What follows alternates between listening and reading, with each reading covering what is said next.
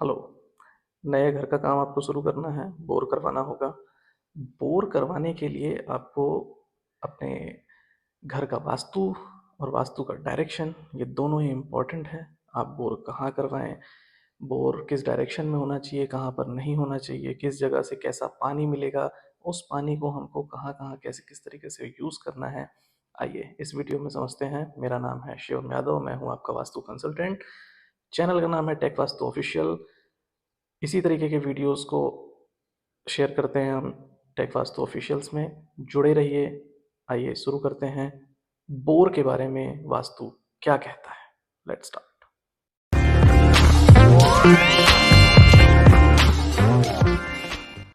सबसे इम्पोर्टेंट चीज़ है, जब भी आपको किसी भी घर का काम स्टार्ट करना है तो दो बेसिक चीज़ें जो सबसे स्टार्टिंग में ही आपके सामने आकर खड़ी हो जाती हैं, जिसमें से एक चीज़ है इलेक्ट्रिसिटी और दूसरी चीज़ है पानी। पानी का सबसे बेसिक जो सोर्स है वो हमारी ज़मीन है। आसमान भी है, लेकिन हम बारिश के पानी का इंतज़ार तो कर नहीं सकते, तो हमें कहीं ना कहीं ऐसे पानी के सोर्स पे डिपेंड होना पड़ता है जो रेगुलर हो और हमें जब चाहिए हो तब वो उपलब्ध हो सके। तो उसके लिए हमारे पास दो तीन ऑप्शंस हैं। एक तो जो हमें पानी प्रोवाइड किया जाता है नगर निगम के थ्रू, दूसरा हम बोर करवा सकते हैं, या तीसरा हम कहीं से सप्लाई लाइन लेकर अपना काम शुरू कर सकते हैं।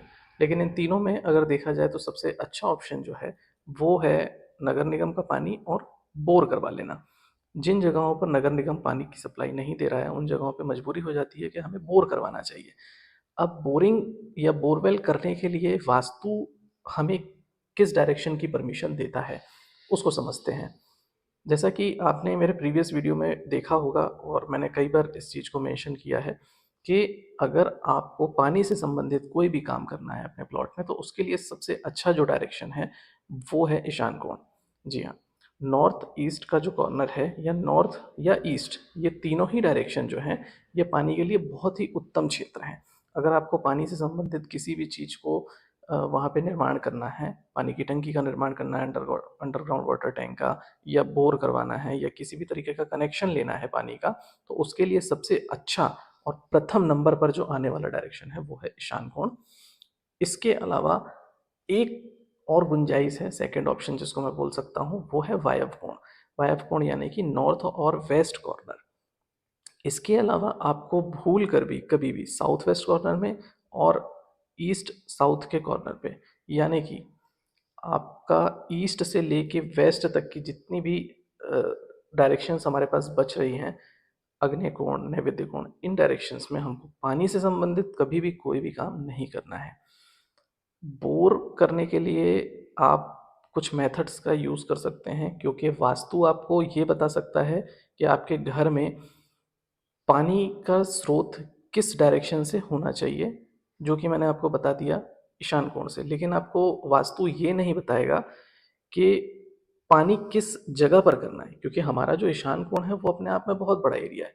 ऐसा तो नहीं है कि मैंने आपको बता दिया कि ईशान कोण मतलब आप कहीं पे भी खोद देंगे और पानी निकल आएगा। पानी के स्रोत को डिटेक्ट करने के लिए मॉडर्न टेक्निक्स भी हैं और हमारी वैदिक टेक्निक्स भी हैं। तो एक बार हमें उस उन सब चीज़ों की तरफ भी रुख करना चाहिए, क्योंकि ये बोर करना एक बड़ा इन्वेस्टमेंट हो सकता है। कम से कम 1 लाख रुपए, 1.25 लाख रुपए का खर्चा आपको बोर करने में आता है। तो आप इस रिस्क को लेने के लिए इसमें एक छोटा सा प्रयोग और करिए कि आप अपने वाटर लेवल को डिटेक्ट करवा सकते हैं। आप देखेंगे अक्सर गाँव में या फिर शहरों में भी आजकल इन टेक्निक्स का उपयोग होता है। मैं 3-4 आपको टेक्निक्स जल्दी जल्दी से बता देता हूँ। इन सब टेक्निक्स को आपको ध्यान रखना है बोर करने के टाइम पे, और ईशान कोण वाले एरिया में इन टेक्निक्स को अप्लाई करना है। जिसमें से एक टेक्निक जो है वो है नारियल। कुछ लोगों को आपने देखा होगा कि वो अपने पाम में, हाथ में नारियल रखते हैं और नारियल को रखकर आपके प्लॉट पर इस तरीके से घूमते हैं।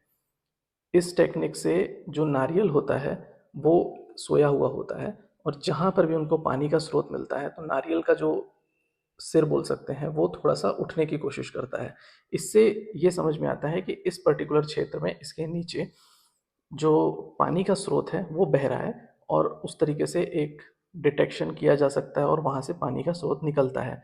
तो पहला तरीका तो ये है।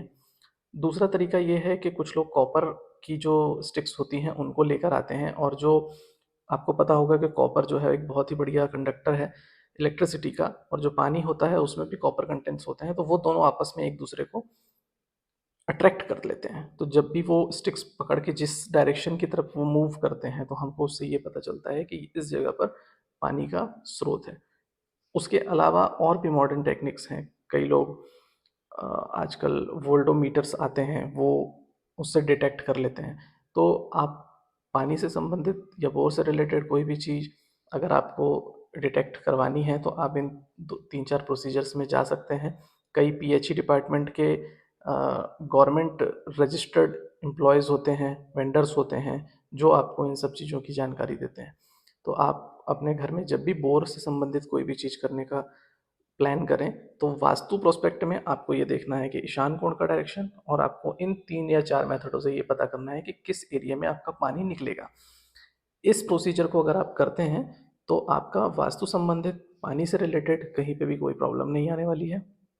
इसके अलावा अगर हो सके तो, ये मेरा एक पर्सनल सुझाव है, अगर इफ़ पॉसिबल हो तो आप कभी भी बोर करने से पहले धरती, पृथ्वी की एक पूजा ज़रूर करवाएँ, क्योंकि हमारे पर्सनल यूज़ के लिए हम अनजाने में ही बहुत सारे जीव-जंतुओं का और बहुत ही अ, वहाँ पर जो ऐसे प्राणी भी होंगे, ऐसे जीव-जंतु होंगे जिनके बारे में हमको नहीं पता है, और उन सब का हो सकता है वहाँ घर हो या वो रह रहे हों, वो सब भी हमारे कारण डिस्टर्ब होते हैं। तो उनके लिए एक हमको पूजा रखनी चाहिए, पूजा करवा कर ही हमको बोर का काम शुरू करना चाहिए, और इसके बाद फिर आप अपना कंस्ट्रक्शन का काम वहाँ पर कर सकते हैं।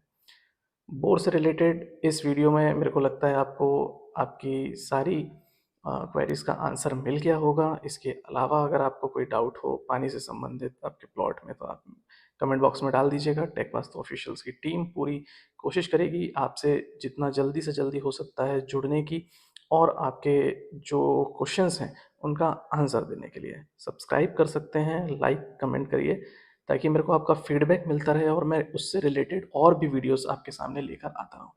मिलते हैं नेक्स्ट वीडियो में। Thank you.